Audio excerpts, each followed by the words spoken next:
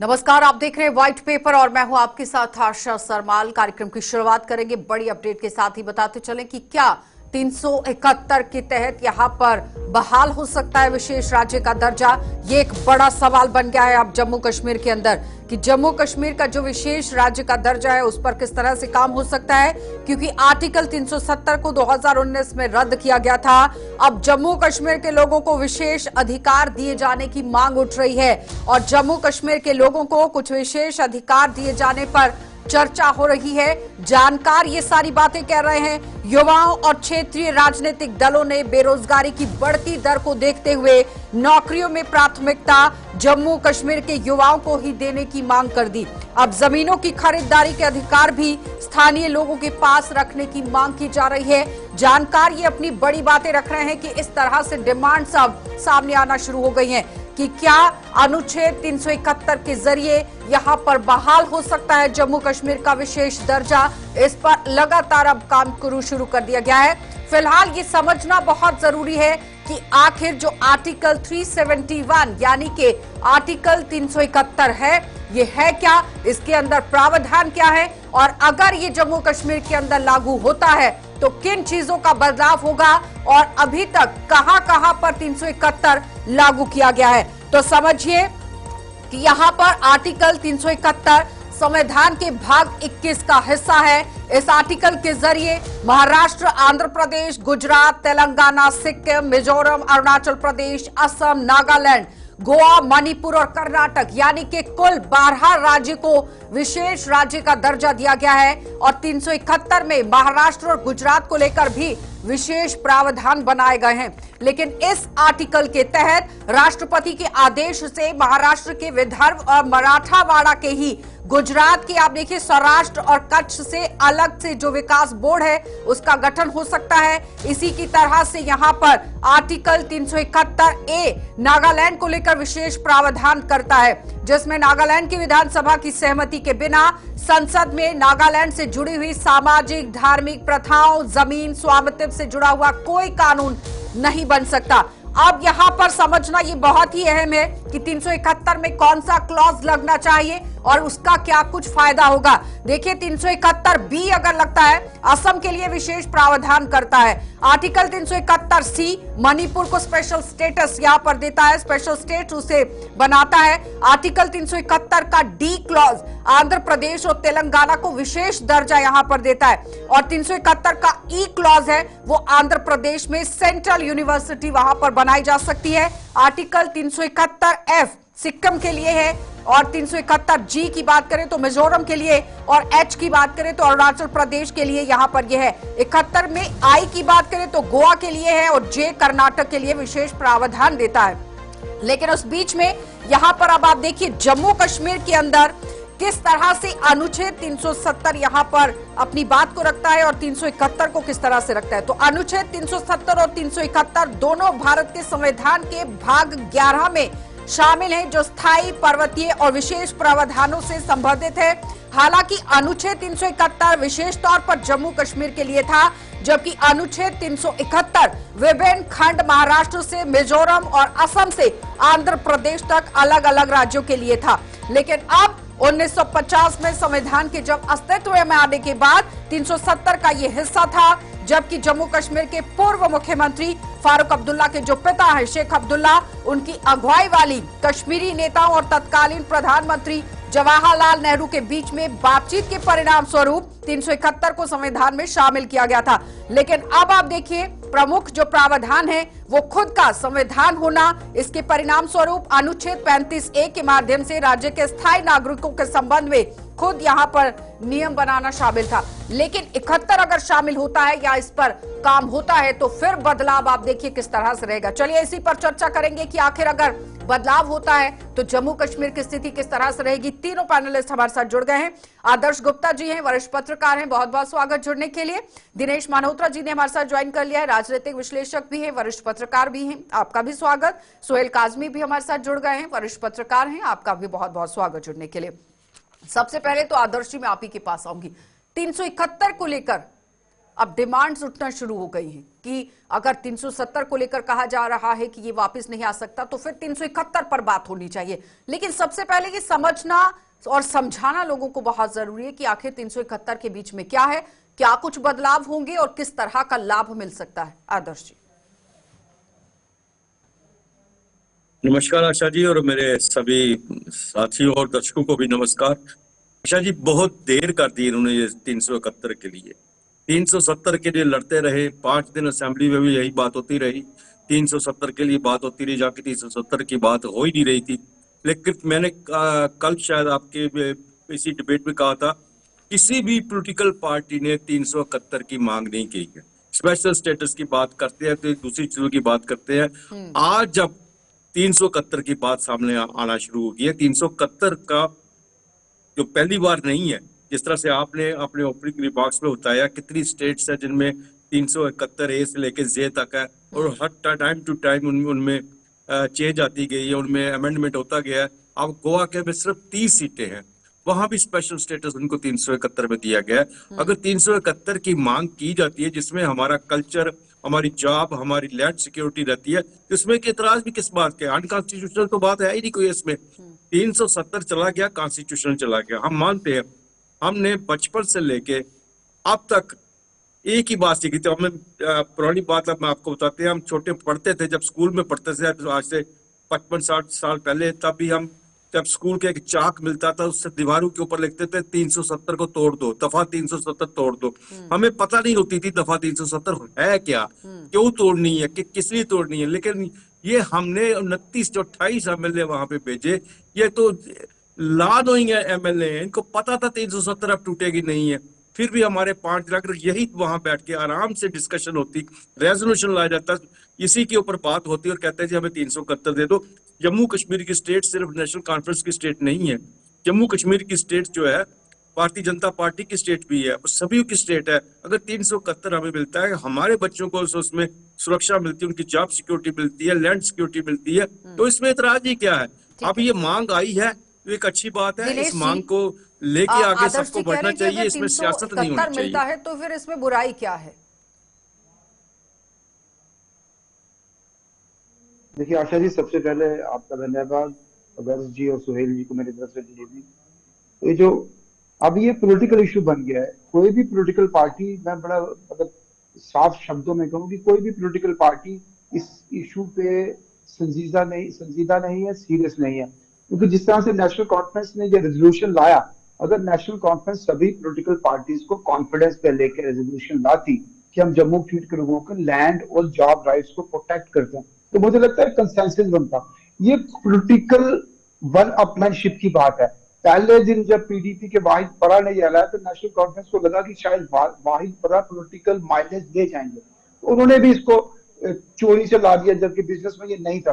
तो मुझे लगता है कि इसके वाइडर कंसेंसस बनाने की जरूरत थी। सभी पॉलिटिकल पार्टीज मिलकर बैठती, स्पीकर सभी पॉलिटिकल पार्टीज की मीटिंग करते कि एक कंसेंसस बनता कि जम्मू कश्मीर के लोगों को जॉब्स और लैंड राइट चाहिए। बाकी 371 के बिना भी जॉब राइट्स हैं। हमारी जो पड़ोसी के हमारे जो हरियाणा स्टेट है, हरियाणा में ये उन्होंने क्लियर कर दिया कि 80% जॉब जो है प्राइवेट सेक्टर में भी वो लोकल्स के रिजर्व है। इसलिए कोई कॉन्स्टिट्यूशन गारंटी के बिना भी अगर सरकार चाहे तो ये जॉब राइट प्रोटेक्ट कर सकती है, गवर्नमेंट सेक्टर में नहीं, प्राइवेट सेक्टर में भी प्रोटेक्ट कर सकती है। तो मुझे लगता है कि सरकार को इस तरह से ये मतलब पॉलिटिकल गेम खेलने की से बेहतर था कि सरकार सभी पॉलिटिकल पार्टीज को एक प्लेटफॉर्म पर लाती, उनसे बातचीत करती और ये यूनानिमसली एक गेम ना खेलकर सबको एकजुट होने की जरूरत थी और जॉब्स और जमीनों के राइट्स को लेकर बात करने की जरूरत थी, ना कि अपनी राजनीति चमकाने की जरूरत थी। देखिए आशा जी, पहले तो सबको गुड इवनिंग, नमस्कार। दूसरा ये है कि बिल्कुल ठीक कह रहे हैं, लेकिन जो रेजोल्यूशन है उस रेजोल्यूशन में स्पेशल स्टेटस की बात की गई थी नेशनल कॉन्फ्रेंस की, और 62-63 एमएलए ने उसको साइन किया है। और जो एसेंस है असेंबली की कि कोई भी रेजोल्यूशन जब नंबर्ड बेस्ड होता है, हाईली नंबर्ड साइंड होता है तो उसको स्पीकर, ऑनरेबल स्पीकर जो है वो हरी झंडी दे देते हैं। बट दैट डजंट मीन कि वो पार्लियामेंट में गया और उस पर कोई चर्चा नहीं होगी और पास हो जाएगी। इससे पहले बहुत से रेजोल्यूशन आए, बहुत से resolution, majority of the resolution were sent into dustbin. वो उन्होंने धूप देखी नहीं कभी सुबह की, तो ये कोई नई बात नहीं थी। लेकिन जो हुआ 5 दिन बड़ा अनफॉर्चुनेट हुआ, लेकिन एक फिक्स मैच की तरह मैं उसको देख रहा हूं। मैंने सुबह भी आपके चैनल पे कहा कि ये फिक्स मैच था कि भारतीय जनता पार्टी के लोग जिस तरह से मुझे लगता है या तो उनको असेंबली की प्रोसीडिंग्स नहीं पता है, या असेंबली का रखरखाव नहीं पता है, या असेंबली का अपना कॉन्स्टिट्यूशन है जो मुझे लगता है उनको उनको उनको सीखने की जरूरत है। दूसरा ये, अगर उनको भी कोई रेजोल्यूशन रखना था, वो भी अपना रेजोल्यूशन किसी जिस टाइप का भी वो रखना चाहते थे for the welfare of Jammu and Kashmir people, वो रखते, लेकिन उन्होंने नहीं रखा। और मुझे यही दर्शा रहा है कि किसी न किसी तरह जो महाराष्ट्र की इलेक्शन होनी है उसको मद्देनजर रखते हुए ये जो शोरोगुल यहाँ हो रहा है, which not democratically fit for the people of Jammu and Kashmir, क्योंकि लोगों की उम्मीदों की इलेक्शन अभी अभी हुई है।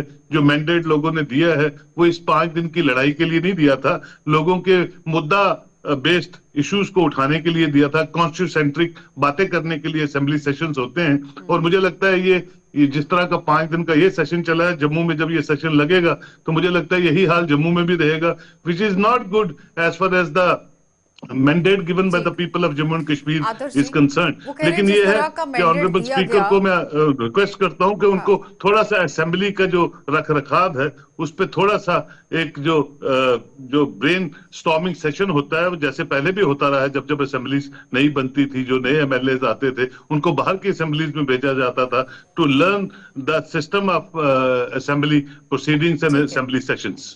ठीक है आदर्श जी, वो कह रहे हैं कि इस तरह से तो राजनीति चमकाने की बात हुई है, क्योंकि 5 दिन तक जो सेशन चला उसमें जो कुछ भी हुआ सिर्फ और सिर्फ शोरोगुल था। लेकिन सवाल यहाँ पर यह भी उठता है आदर्श जी, डिस्कशन को लेकर बात हुई कि डिस्कशन होनी चाहिए स्पेशल स्टेटस को लेकर, 370 और 35 से तो कहीं पर मेंशन ही नहीं था, तो लोगों के सामने किस बात को रखने की कोशिश हो रही थी? एक बात। दूसरी ये कि अगर आप लैंड और जॉब की सिक्योरिटी चाहते हैं तो वो तो सरकार खुद से भी कर सकती है, जिस तरह से दिनेश जी कह रहे हैं कि हरियाणा के अंदर तो इस तरह से काम चल रहा है, प्राइवेट सेक्टर में भी और गवर्नमेंट सेक्टर में भी। तो परेशानी क्या है? जल्द से जल्द कर दिया जाता, अगर आपको आम लोगों की इतनी फिक्रत है और इतना आप युवाओं को लेकर साथ चल रहे हैं तो। सही कहा, जो राजनीति चल रही है और क्या चल रहा है। अगर हमने ऐसा कुछ लाया है, ऐसा प्रपोजल लाया है तो उसमें बात करनी चाहिए, उसको डिस्कस करना चाहिए वहां पे। उसमें से इनको भी अगर स्टेट के पास ये पावर है कि वो लैंड और जॉब सिक्योरिटी कर सकती है तो उन्हें बैठ के मिल के बात करनी चाहिए थी। यहाँ तो ये हो रहा है आशा जी, इस वक्त एमएलए अपनी कॉन्स्टिट्यूंसी में जा रहे हैं, वो इस तरह से उनका स्वागत कर रहे हैं जैसे कि बहुत बड़ा युद्ध जीत के आए हैं। 5 दिनों में उन्हें बताइए एक रेजोल्यूशन जम्मू के बारे में नहीं लाया, सियासत नहीं तो और क्या है। एक कठपुतली की तरह वो नाचते रहे वहां पे, धक्के खाते रहे, धक्के खा के बाहर निकालते रहे उनको, और उसके बाद आके यहाँ पे जब माला डाल के उनको बड़ी माला डाल के उनका स्वागत किया जा रहा है जैसे बहुत बड़ा काम करके। अरे डिस्कशन तो करते, बात तो करते उस रेजोल्यूशन के ऊपर, उसको बताते सही अगर गलत था, जनता के अंदर आवाज, आपकी आवाज जाती कि ये रेजोल्यूशन गलत लाया नेशनल कॉन्फ्रेंस ने, इसे हम नहीं मानते हैं। अगर लगता आपको गलत है, लेकिन आपने रेजोल्यूशन तो पास करवा दिया, आपने पास उसको तो रोक नहीं सके आप, लेकिन कम से कम डिस्कशन तो कर सकते थे, अपनी आवाज तो जनता तक पहुंचा सकते थे। नहीं देखी है, कई ऐसे रेजोल्यूशन हैं जो डस्टबिन में पड़े हुए हैं, तो उसकी क्या जरूरत है? पार्लियामेंट के अंदर और सुप्रीम कोर्ट के अंदर जो काम हुआ वो सिर्फ और सिर्फ लेकिन अपना अपनी पार्टी का अपना एजेंडा है ना, उन्हें अपने मैनिफेस्टो को तो लाना है सामने। हाँ दिनेश जी, लद्दाख के अंदर भी 371 लगाने की बात हुई थी, लेकिन 371 अगर जम्मू कश्मीर के अंदर भी लगाया जाता है तो फिर मुश्किलें कहां पर हो सकती हैं? किस तरह से 370 अगर लागू होता है तो मुश्किल आ सकती है?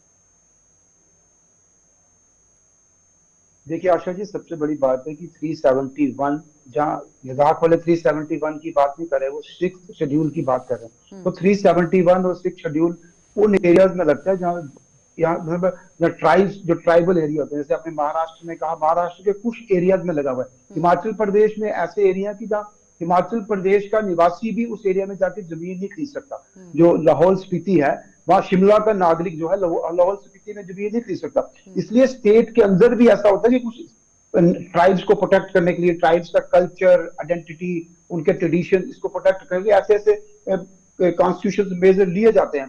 तो ये कोई नई बात नहीं है, किसी भी स्टेट को सरकार दे सकती है। मैं यही कह रहा हूँ कि इस पे कंसेंसस बनना चाहिए था। लेकिन मैं सोहेल जी की बात को पूरी तरह से इंडोर्स करता हूँ।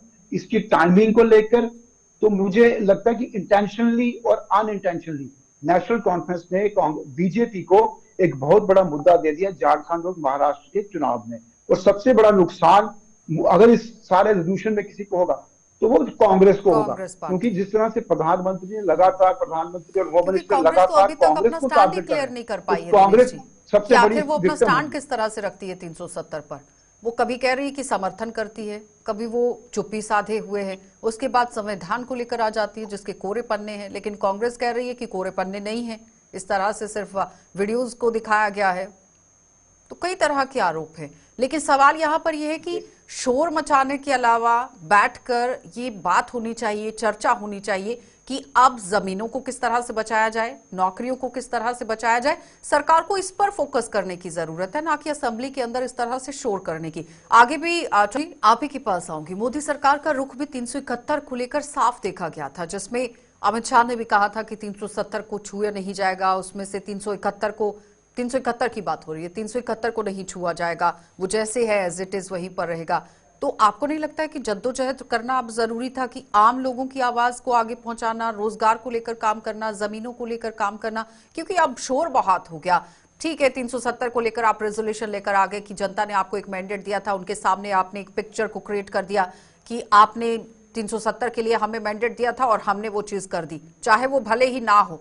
डॉक्टर फारूक अब्दुल्ला खुद से कह चुके हैं कि 100 साल लगेंगे। तो फिर दिखाने की जरूरत किस तरह से पड़ रही थी? आपको नहीं लगता है युवाओं को लेकर, अब मूलभूत सुविधाओं को लेकर काम करने की जरूरत है?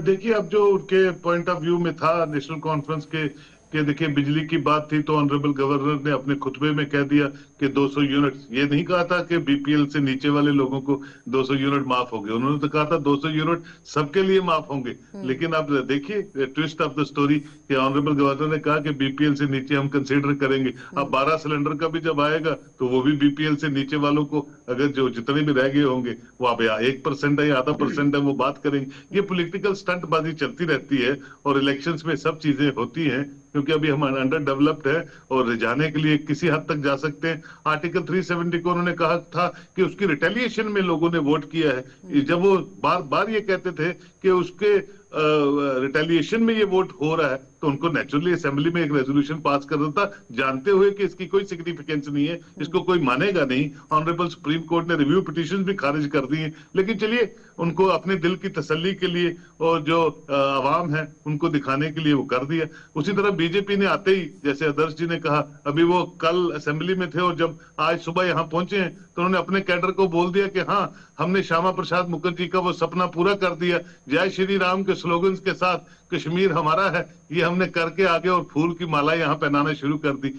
मैंने आपसे पहले कहा कि हम जो हैं अभी अंडर डेवलप्ड हैं और इन चीजों को आप देखते रहेंगे जिस आने तरह वाले से कुछ सालों तक, जब आदर्श तक जी ने भी हमारा अपनी बात को मानसिक रखा, लेवल दिनेश जो जी है ने उस भी लेवल अपनी तक बात नहीं को रखा। पहुंचता सुहेल है। जी, लेकिन अल्टीमेटली ठीक है। The time is wastage of time होता है लोगों का। ठीक है, आदर्श जी वो कह रहे हैं कि वेस्टेज ऑफ टाइम है, लेकिन महाराष्ट्र, झारखंड, उत्तर प्रदेश, वायनाड, जहां जहां पर भी उपचुनाव है, विधानसभा चुनाव है, रैली हो रही है, तो 370 के मुद्दे को गिनाया जा रहा है कि असेंबली के अंदर जो कुछ भी हो रहा है, कुछ भी रिजल्ट नहीं आने वाला है, कभी भी 370 वापस नहीं आने वाला है, और बार बार इस चीज को गिनाया भी जा रहा है। और आपने देखा कि लोकसभा चुनावों में, विधानसभा के चुनावों में कई ऐसे राज्य थे जहां पर उसका फायदा भी हुआ।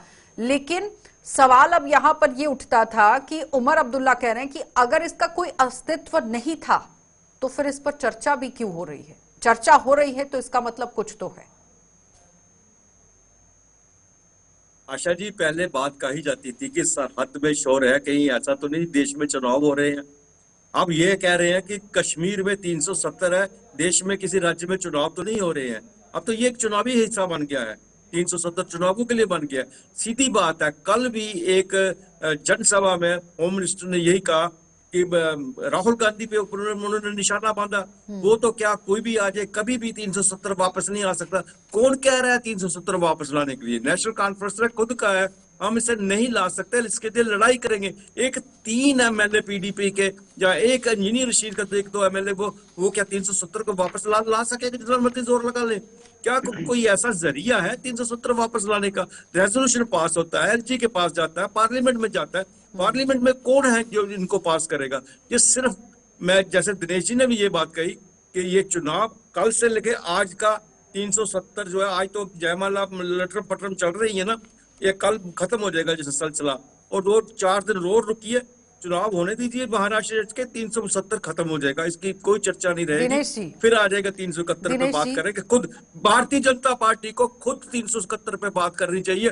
भारतीय जनता पार्टी ने सबसे ज्यादा 5 साल में जो आरोप लगाए हैं, शराब माफिया पे आरोप लगाए हैं, भू माफिया पे आरोप लगाए हैं, खनन माफिया पे आरोप लगाए हैं, सबसे ज्यादा आरोप लगाए हैं। बाहर से आके लोगों ने हमारे जम्मू कश्मीर को खाली कर दिया है, तो इनको तो खुद दिनेश जी, कहना चाहिए हमें 371 दे दो। ठीक है, आदर्श इनको जी। साथ मिलकर जब मिलना चाहिए कि हमारी स्टेट की प्रोटेक्शन होनी चाहिए, हमारे राज्य, हमारे जॉब की प्रोटेक्शन होनी चाहिए, हमारे लैंड की प्रोटेक्शन होनी चाहिए, इनको तो खुद मिलना चाहिए। इसमें से कौन सी बुरी बात है? किसके लिए बुरी बात है ये? ठीक है दिनेश जी, अब पंचायती चुनावों को लेकर जिस तरह से बात हो रही थी कि जिस तरह का असेंबली के अंदर शोरगुल रहा, रेजोल्यूशन को पास किया गया, जो भी प्रधानमंत्री नरेंद्र मोदी ने तो कहा कि ये ड्रामेबाजी थी, और जो भी ड्रामेबाजी थी, इसका कितना फायदा सीधा सीधा पंचायती चुनावों पर पड़ने वाला है, एक बात। दूसरी ये है कि जिस तरह से बातें कही जा रही थी उस पर काम करना जरूरी था कि इस तरह से शोर और हल्ला करना जरूरी था? देखिए आशा जी, जैसे मैं आपके प्रोग्राम में पहले भी डिस्कस करता रहा हूँ कि जम्मू कश्मीर वाहिद ऐसी स्टेट है पूरे देश में जहां बेसिक इश्यूज पे इलेक्शन नहीं लड़े जाते, बेसिक इश्यूज पे लोगों का ध्यान बटाने के लिए कोई ना कोई इशू टेकअप किया जाता है। तो ये इस सब पहली ही असेंबली के पहले सेशन में भी ऐसा होगा कि बीजेपी ने इस रेजोल्यूशन को अपोज किया, नेशनल कॉन्फ्रेंस ने इंट्रोड्यूस किया, पास करवाया, PDP ने अपना लाया, जो बेसिक इशू थे वो तो दब गए इस ये नहीं कहा, जैसे सोहेल जी ने कहा कि आपने वादा किया था कि आप 200 यूनिट बिजली फ्री देंगे, उस पर कोई बात नहीं हुई। नेशनल कॉन्फ्रेंस ने भी उस पर कोई बात नहीं की, सिलेंडर पे कोई बात नहीं की, सारे बेसिक इशू तो दब गए। तो ये इतिहास रहा है जम्मू कश्मीर का, कोई नई बात नहीं है। जम्मू कश्मीर की असेंबली में हमेशा इस तरह से इमोटिव इश्यूज को रेकअप किया जाता है, यहाँ असेंबली के मतलब फ्लोर ऑफ द हाउस ऐसे ऐसे नारे लगाए जाते हैं, एंटी नेशनल नारे लगाए जाते हैं। इसलिए ये कोई नई बात नहीं है, मैं इसको ज्यादा सीरियसली नहीं लेता, क्योंकि कल परसों ये खत्म, आज असेंबली खत्म हो गई और फिर ट्रैक पे सरकार आ जाएगी, सरकार अपना काम करना शुरू कर देगी। क्योंकि जिस तरह से इस मुद्दे को गिनाया गया है, भारतीय जनता पार्टी को एक बड़ा मुद्दा दे दिया गया इन चुनावों में और उसे भुनाया भी गया। देखिए आशा जी, बीजेपी पूरे देश में धारा 370 को लेकर ये प्रचार करती रही कि बीजेपी ने एक नैरेटिव क्रिएट किया कि आर्टिकल 370 जो था वो शेड्यूल कास्ट और शेड्यूल ट्राइब के खिलाफ था। स्पेशली शेड्यूल ट्राइब को जम्मू कश्मीर में पॉलिटिकल रिजर्वेशन नहीं थी ड्यू टू आर्टिकल 370, और शेड्यूल कास्ट का खासकर वाल्मीकि जो थे वो इसके बहुत बड़े विक्टिम थे। तो बीजेपी को मालूम है कि झारखंड में शेड्यूल ट्राइब की बहुत बड़ी पॉपुलेशन है, बीजेपी झारखंड में एक्सपैंड कर रही है। महाराष्ट्र में शेड्यूल कास्ट और शेड्यूल ट्राइब की बहुत बड़ी पॉपुलेशन है, बीजेपी महाराष्ट्र में इसको एक्सपैंड कर रही है। तो ये चुनाव के बाद जैसे दर्शनी का ये मुद्दा ठंडा हो जाएगा, ये चुनाव तक किया और बीजेपी को कितना इसका पॉलिटिकल बेनिफिट मिलता है ये चुनाव का जब रिजल्ट आएगा। सर्वे के हिसाब से अगर देखा जाए ना, जो रिपोर्ट्स बता रही हैं सर्वे के हिसाब से 43 सीटों में 38 सीटों पर भारतीय जनता पार्टी झारखंड के अंदर बढ़त बना सकती है।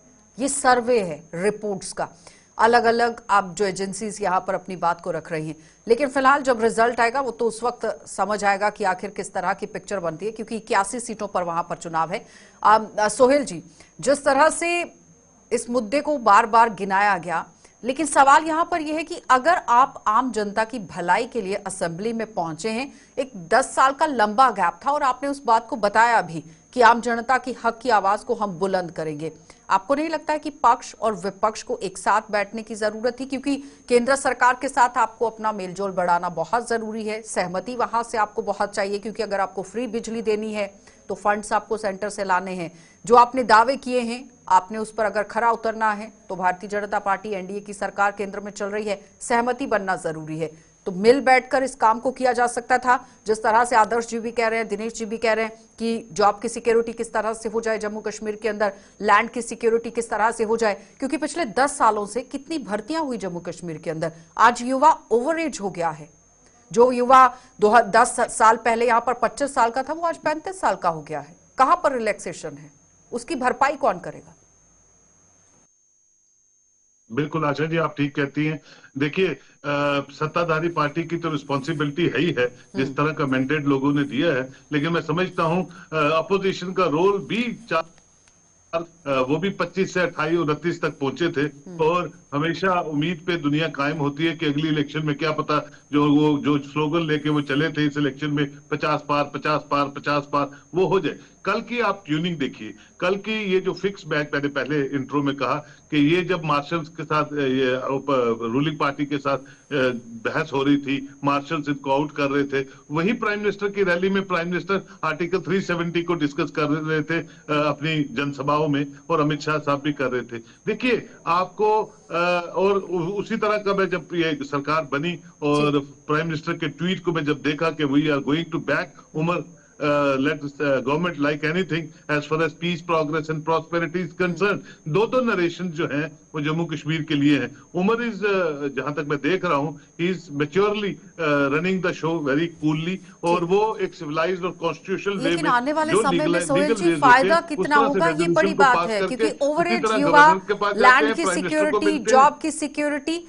अब इन मुद्दों पर बात होगी। इन मुद्दों को मद्देनजर रखते हुए आपने चुनाव लड़ा है, अब उस पर काम करने की जरूरत है। बहुत बहुत धन्यवाद सोहेल जी जुड़ने के लिए। दिनेश जी आपका भी धन्यवाद, आदर्श जी आपका भी धन्यवाद। तो फिलहाल 371 को लेकर बात हो रही है, लेकिन जानकार ये कह रहे हैं, वरिष्ठ पत्रकार ये कह रहे हैं कि अगर ऑपोजिशन और सरकार के नुमाइंदे मिल बैठकर ये बात करते हैं तो युवाओं के हक की बात को आगे पहुंचाया जा सकता है। लैंड सिक्योरिटी, जॉब सिक्योरिटी को लेकर मुहर लग सकती है, लेकिन अगर करना चाहे तो सरकार खुद भी कर सकती है। आप देखते रहिए।